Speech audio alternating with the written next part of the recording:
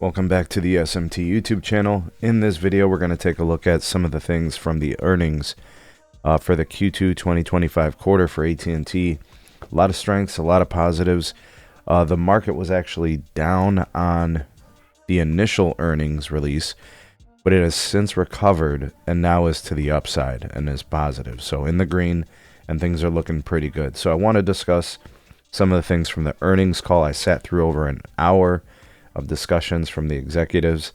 They had their CFO there, Pascal. They had the CEO there, John, and they were talking, the performances. So here are some of the main key takeaways from the call, with the important information from the quarter connected with the call. So AT&T, what they're doing now with fiber and wireless is 5 years in the making, according to AT&T. They want to be the ultimate connectivity company.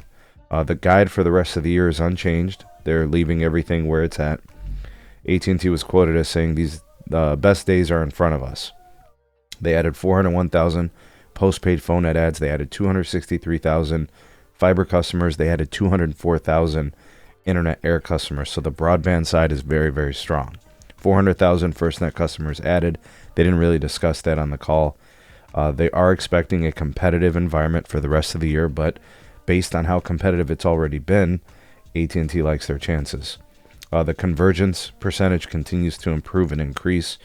The tax reform will be mostly reinvested into the core business, so fiber and 5G, and actually some money into the employee pensions, which is cool. So all of this relative also to the one big beautiful bill, which is going to allow them to get a lot of deregulation that AT&T feels is unnecessary.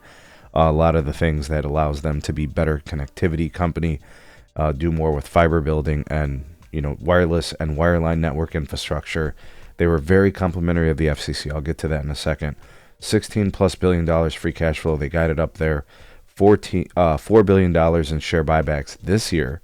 I think it's going to total $10 billion over the next couple of years.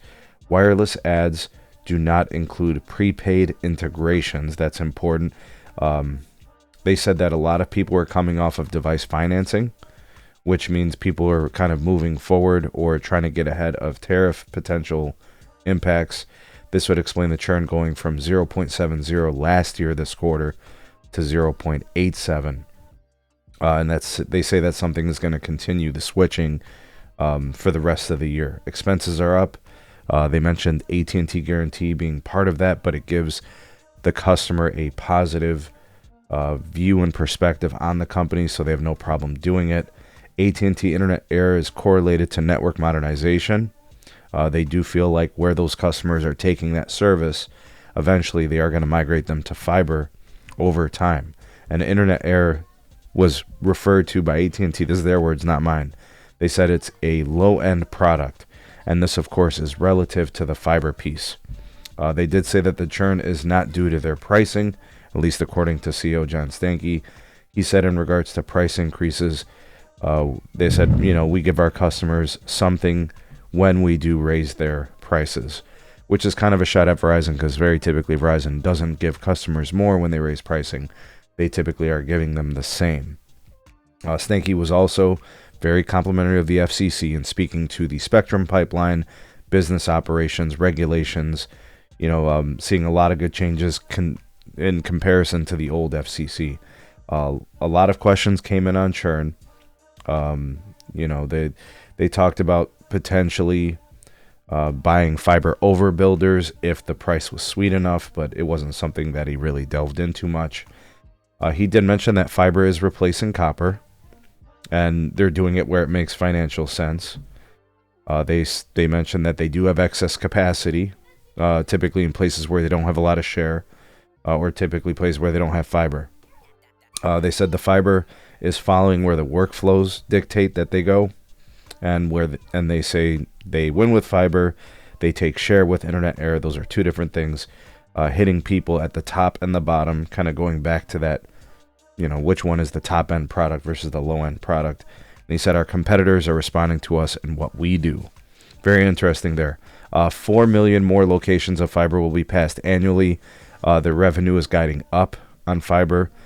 The rest of the year outlook for revenues is guided up to, or I guess I should say it's being continued on the guide. Rest of year fiber adds will be higher, so the fiber is going to kick up to a greater extent. Very typically, the back half is better. Internet Air, they're expecting that to ramp up in the second half. The cost-cutting savings, that's going to be reinvested into the networks, whether it's 5G or fiber. Looks to me like it's mostly going to be fiber, looking at the dollar amount. So $3 billion in 2026 and 7, and then $500 million through the rest of this year. The DirecTV sale is concluded. That's not going to be part of the free cash flow. And then in regards to building fiber, it's wherever they feel the convergence is going to be strong. Additionally, John Stankey took shots at Moffett-Nathanson, citing that they don't know as much about his company as he does. And then he also, in regards to like the cost to build, operations, convergence, new fiber builds, things along those lines, he took those shots at them, as well as cable. So that would be Spectrum and Comcast. Took shots at them, indicating that they don't offer the same type of convergence. And he also took shots at T-Mobile, right, saying certain folks will struggle because they don't have control and convergence, right? And they went on to say our customers pay for our services. We don't do free lines and things of that nature. Those are direct shots at cable and T-Mobile. That's a really interesting stuff there. Quite a bit, actually. We're going to talk about it in the pod tonight. We'll have the T-Mobile earnings for you guys soon. So stay tuned and keep it locked here to the SMT YouTube channel. But do drop me some comments from the earnings from AT&T. Let me know what you guys think. Drop me some of those comments there, and I'll be excited to read those. Thanks for watching. Like, share, subscribe. Check out some more of our videos, and we'll see you guys soon on the next one.